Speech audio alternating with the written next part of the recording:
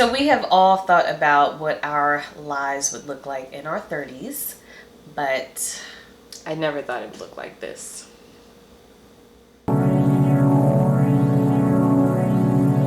Welcome back to our channel, Adventures with the Avenues. I'm Brandy Avenue. I'm Michelle Avenue, and we are here to really just share our life experiences as we find joy and adventure in the everyday, and inspiring you to do the same. So today we are talking about 5 things that we've never expected to see in our lives in our 30s, specifically. Right. So if you're coming up in the 30s, if you're thinking about the 30s, if you're in the 30s, right? I'm sure that you have really been at a point in your life where you had this vision, right, of what your 30s would be like, right? I mean, think about it. In our 20s, we all have this, in 5 years, in 10 years, you have a vision for what your life is going to look like. Yeah. That's what school's all about. I mean, they try to prepare you for what your life is going to look like, college and all that, so. I was big on the life plan, in high school, okay, at this time, at this year, at that year. Yeah. So today we want to, really kind of debunk all of that and the ideas that we have about our 30s, and letting you into some unexpected things that we are expecting or experiencing in our 30s that we never would have thought we would be. But some we have and some we haven't. Right. So that's the kind of cool thing and kind of interesting thing, looking back, it's like, well, this is what I thought, this is what I did. So let's get into it. Let's jump in. All right. First thing. Bing. Overall, Careers is a big one. Never did I expect in my 30s to still be figuring out what my true career passions are, right? I expected to, in high school, did well in high school, had a pretty clear trajectory as to I'm going to go to medical school. First I'm going to go to college. I'm going to go to medical school. I'm going to be a pathologist, and I'm going to live my life. And that's that, right? But in navigating life and actually living it, then you learn I think it's really the balance of what people expect your life to look like, right? And the things that we learn from society or from our family, and the expectations that are put on us compared to what we actually then resonate with and what we truly want to do. Yeah, exactly. And for me, in high school, I went to a tech school, so they were all about trying to push you, towards something that's going to set you up for your future. I didn't freaking know what I wanted to do. I went into culinary arts because I'm like, this is easy. I was always a creative kid, so I just wanted to I was one of those nerds that just want to write, which actually was a part of, when I decided this is what I think I want to do. It wasn't really a career path, it wasn't a straight shot, you can go to this, there was, but there wasn't. So, unfortunately, I kind of had to just figure out what I wanted my career to look like, and it never was really clear, unfortunately. But once I was an adult, I knew I love creative writing. I want to be an author at one point, and then that segued into screenwriting. So that was cool. But guess what? I'm not SRA, y'all. My career, the career that I wanted, or the career that I thought I would be in by my 30s, if it wasn't this. No, you're not Issa. You're Brandy. True. So, I'm just saying in context of I'm not living in that particular career. If I would have, said 10 years ago, 15 years ago, what I would, what I saw my career being, and if I said, creative writing, screenwriting, I would probably be in Hollywood. Yeah. If that had worked out the way it was supposed to, or the way I had envisioned, what I mean? Yeah. So, Yeah, and let us know, in the comments, let us know if you had one plan for your work life, and if it turned out to be something different, how that happened, right? I think for us, it's the fact that this is a journey, right? When you are 18 or 16, planning your life, right? or even 20, 25, something, planning your life, right? You're still on this journey of learning yourself, of making mistakes, of finding your passion, right? And we have ebbs and flows in life, you know, right? Like, right? Like at one point that you may be really into something. It's like, okay, well, I've accomplished that. I've already done that. And now I want to move to something else. And I think how society works is that we think that we have to fit into these boxes for 30 years until we retire, but we know that that is not true, right? We can actually step into what it is for ourselves and embrace this journey of life, right? And the adventure of it all. So definitely work is a shift that we didn't think we would see, right? We thought that we would be one place, but we are definitely not where we expected to be at 18, right? At 20, right? 25. Do you expect to be here? No. No. But that brings up point number 2, which is entrepreneurship. And for us, you know, that is starting a coffee business. 5 years ago, when we were together, did we envision this at all? No.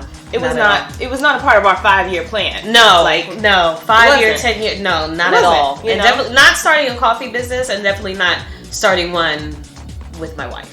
Right. A co-partnership. Yeah. Not at all. Yeah. So. And just having not envisioning really having work where I could pursue things that I was passionate about, right? And pursuing just, you know, like having a love of coffee through you and learning about it through you. And learning more about it, right? The history of it, the different methods of brewing, right? And understanding that coffee should be more accessible to all of us. Right. Coffee is an experience that all of us can partake in, right? No matter how, you know, it doesn't have to be this fancy, ultra sophisticated, Starbucks complicated, right, order. Like you can just brew coffee at home and it be so much more meaningful, right? And so not even seeing and envisioning that was a possibility to do work that related to something that you love. Right. You know? Yeah. I mean, for me, you know, it was like, because I'm just an avid coffee drinker, you know, you just don't put 2 and 2 together. Like, you know, I can do this myself until I put 2 and 2 together. It was like, I can do this myself. So, you know, I mean, it's kind of cool how it came about. And especially, I will say, I think it was the pivot of, you know, 2020 being, you know, something that just threw us all for a loop. And it's just like, you know, let me start kind of manifesting and investing in the things that I want, you know, something that matters to me. Right. And, you know, kind of put that, and then the bigger picture of, you know, slowing down. Because I was rushing, I was drinking it on my way, and it was just like, this is not how I want this to be. You know, I want to be able to sit with this and enjoy it, and, you know, so on and so forth. It's like, let's make that message something that we can spread to others and kind of like reverse this whole rush to coffee. Instead, let's sit back and like enjoy our coffee and enjoy our coffee experience overall. Right. So, because coffee is typically framed as just something, a drink to, you know, get you to produce more, right? Oh yeah. And that's, think about it in work. You know what I mean? Like before you go into a conference call, let me grab a cup of coffee so I can make it through, you know, sip it along the way. You know, it's just like, it's like what happened to coffee just being like an experience for us to have in community, to have a conversation, you know, to dress it up on your own and just, you know, just enjoy it. Just sit down and, you know, watch your show, right? Like what happened to that? I think 2020, right, allowed all of us collectively have a moment to sit down, right? Like we all were forced to sit down. And I just really, you know, love that time in terms of obviously not all of the serious issues that were impacting our society, but in terms of the ability to really gain clarity, right, around like 2020, right, really, it was a year of clarity for us in terms of shifting our priorities from all of the hustling, from, you know, all of the things about the world that said you needed to do more, you needed to more, rush, and it's like, no, let me like calm down, and how can I actually, you know, work at something that I care about, you know, as opposed to just working for people, especially during COVID, right? Having to go into jobs for people that don't care about your health, don't care about your well-being, right? And you're supposed to be making them money. It's like, No, right? Yeah. And so for us, definitely trying to, not even trying, but doing the work of going into an industry that is, right, male dominated, white male dominated, and saying like, hey, no, there's an opportunity for us to also create a unique experience within coffee. And so I never expected to ever be doing something like that. But are you glad that you are? I am. Good. I'm very glad. Yes. Me too. Yeah. I enjoy it. I feel like we drive that word into the ground, but you know, it's true. And building a business too that's also impact driven, right? So with Enjoy Coffee, we're not just, you know, focused on the coffee experience, but also making that meaningful and redistributing our profits to help people like us, right? To help specifically women of color in the arts so that they can, you know, not focus on the day-to-day, you know, issues of how am I going to get enough money for X, Y, and Z, right? So we created a scholarship initiative, you know, with our coffee company as well. And that is really fulfilling and not something that I would have expected was maybe within my power, right? Maybe we thought that, or people can think like, oh, it's only these big companies that can, you know, create some level of change. And it's like, no, like we can create change in our lives and we can do that for others. So Absolutely. yeah, I think it's really important to be open to pivoting, you know, being open to that and keeping your eye out for those opportunities that are going to be there for you, and take the risk, really. That's right. So point number 3 is actually a 3-part, which is travel, marriage, and travel, marriage, and home ownership. Home ownership, yes. Having a house. Now for me, Okay, yeah. you know, I feel like anytime you ask me at any point in my 20s, you know, when you think of your 30s, well, I definitely want to be married if that's something that, you know, you want to do. You know, I thought for me, I was like, yeah, I definitely want to be married. I definitely want to have a house at some point in my 30s, and you know, and I want to travel. You know, that was something that was really important to me, to be able to like explore the world. You know, not just the 4 corners of the U.S. of A., but also, you know, beyond. And for you, what would you say about travel, marriage, and a house? For me, I expected in my 30s, I was, you know, when I was younger, when I was like in my teens, I wasn't this girl who just dreamed and fantasized of my wedding and the wedding bells and the dress and the whatever, right? I was like thinking career, right? So, but I think I definitely, whatever. I think that, oh yeah, exactly. When they get you in your 20s, you're just like, oh, and next thing you know, you're in your 30s and you're here. Because I had to make my reality a reality. Right. So these were hopes. I had hopes. Okay. I had hopes that, you know, I definitely wanted a family in whatever capacity. I wanted a home. And I always have loved traveling. That's something that my parents instilled in me, thankfully. You know, I think my first cruise when I was like 3 or 4 years old. So I was cruising all over the world. Well, not all over the world, the Caribbean, right? In Canada once.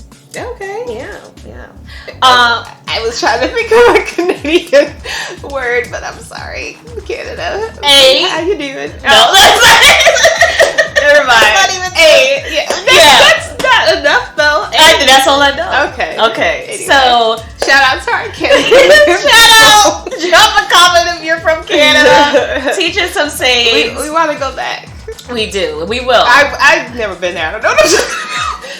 Anyway, okay. Yeah. So I want to go one day. Back to my story of what I envisioned. I had hopes. I had hopes that I would continue and be able to travel and things.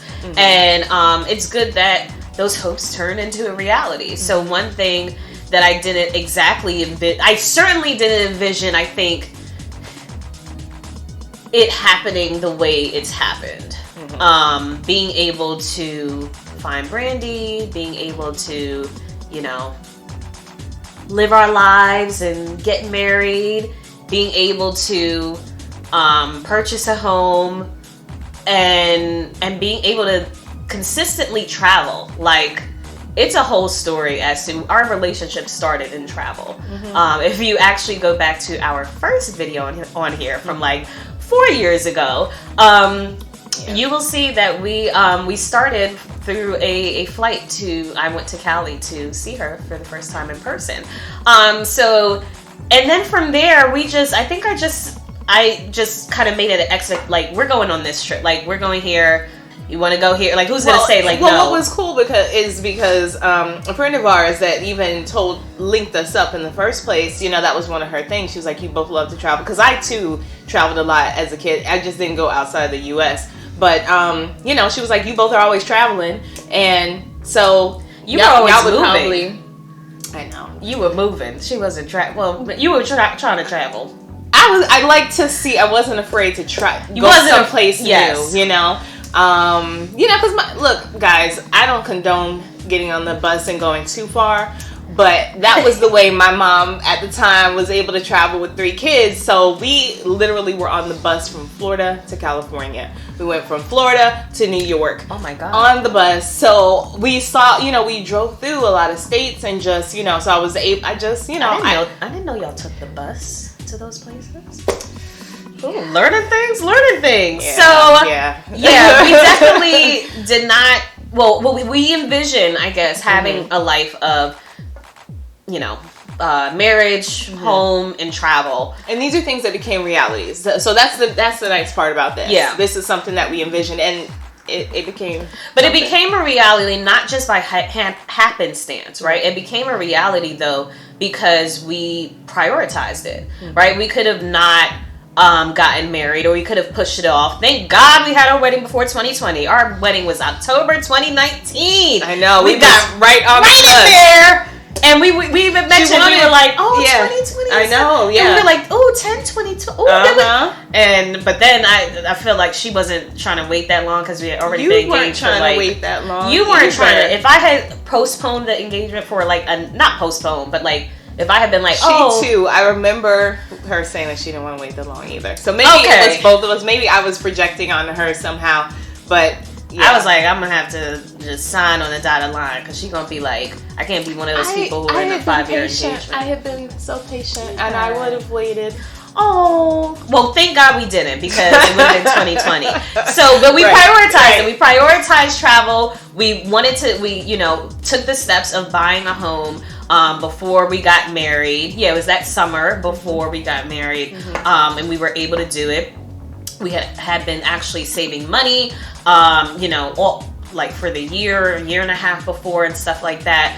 And traveling has always been something that, we wanted to do every year. So we prioritized it. So, for you too, if whatever you're envisioning for your reality, you have to take steps to get there, right? You have to be intentional about it. It's not just possible. It is possible, right. But it's not just going to happen, right? Some things just do happen, right? But again, you want to be intentional so that you can assure that they happen. That's right. Point number 4 is... I don't think you have to raise your hand like that. It doesn't matter. I know. I'm going to put it in. I know. Okay. Point number 4 ding, is family, and specifically a trying to conceive journey. So I guess that's a thing that we're doing. We're in the midst of we're just starting our family. We are a family. We are a family, and we are looking to expand our family. And so that's something that I didn't envision, Talk about you. Then okay, I'll talk about me. So I think again, a youngster, as a younger woman.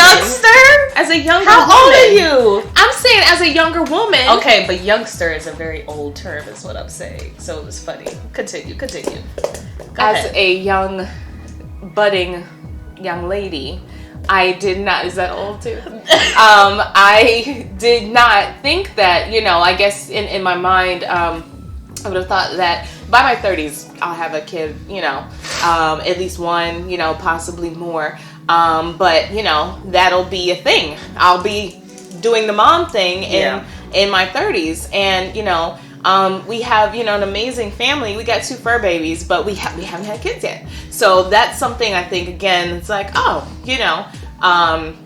I don't want to see my age, but I'm over 35. I can say it. I don't mind. You say it. So tell them.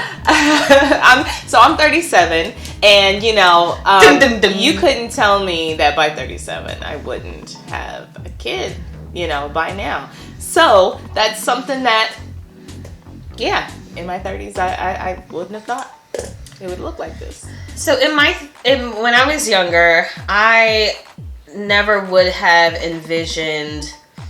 So my plan when I was like 18 or whatever it was, like 17, 16. I'm a planner. One of my plans were like it's somewhere, but it was like I wanted to be with the person for like 5 years. I wanted to be engaged with them for 2. Then I wanted to be married for another 2 to 3 before we had kids. But then I wanted to have kids before I was 30 because I didn't want to be an old mom. Where is that happening? I don't know. But I definitely envisioned me having kids before 30. I am not ready to have kids before 30, right? Like, that was not a thing because, like I said, figuring out life on this journey, there was a lot to do. There was a lot to do, a lot to figure out about myself. So 30, it was an unrealistic time frame. But now being in my 30s, I never would have thought that, because we're taught that kind of like pregnancy is something to not fear, but like try to avoid, right? Now I wasn't living like a straight life in my younger, like early 20s days, where I was, in situations where I had to worry about getting pregnant. But that's how it's always framed, right? Especially as teens. It's like, you don't want to get pregnant. You don't want to get pregnant. So I never thought that in my 30s, it would be a task to try to get pregnant. I never knew that it would be a journey and that you had to consider ovulation phases and times, that you had to, especially in a same-sex queer relationship, that you had to, figure out a donor. You had to figure out all of these different moving parts in order to try to conceive. And then it wasn't just this magical night that just happened and I'm pregnant right away. It's like, no, it's within this 12 to 36 hour time frame. And even if that's the case, you still only have 30% chance of, conceiving. And not to mention if you have PCOS, which is something that I found out just in my 30s that I have, which also prohibits or messes with your cycles, right? So you have one symptom is having irregular cycles. With irregular cycles means irregular ovulation periods, right? So you're not consistently ovulating every 2 weeks, right? So that's less time that you have or less opportunities to get pregnant. I never thought that I would be dealing with this. Mm-hmm. And so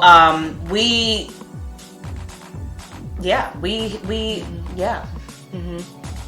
So we're navigating our family journey through these circumstances, and so this is something that we didn't expect in our 30s. Didn't see it in the past. But and I was gonna share, but I was thinking about not sharing, but then I'm gonna share that we have been trying to conceive, been on this kind of TTC journey, as it's called, for over a year now. And I never would have thought that would be something that I would be navigating, and that it would be a task, especially just something that you maybe sometimes think worst case scenario, like, will it be possible? I didn't think that would be something I had to deal with. So, but we're navigating through it.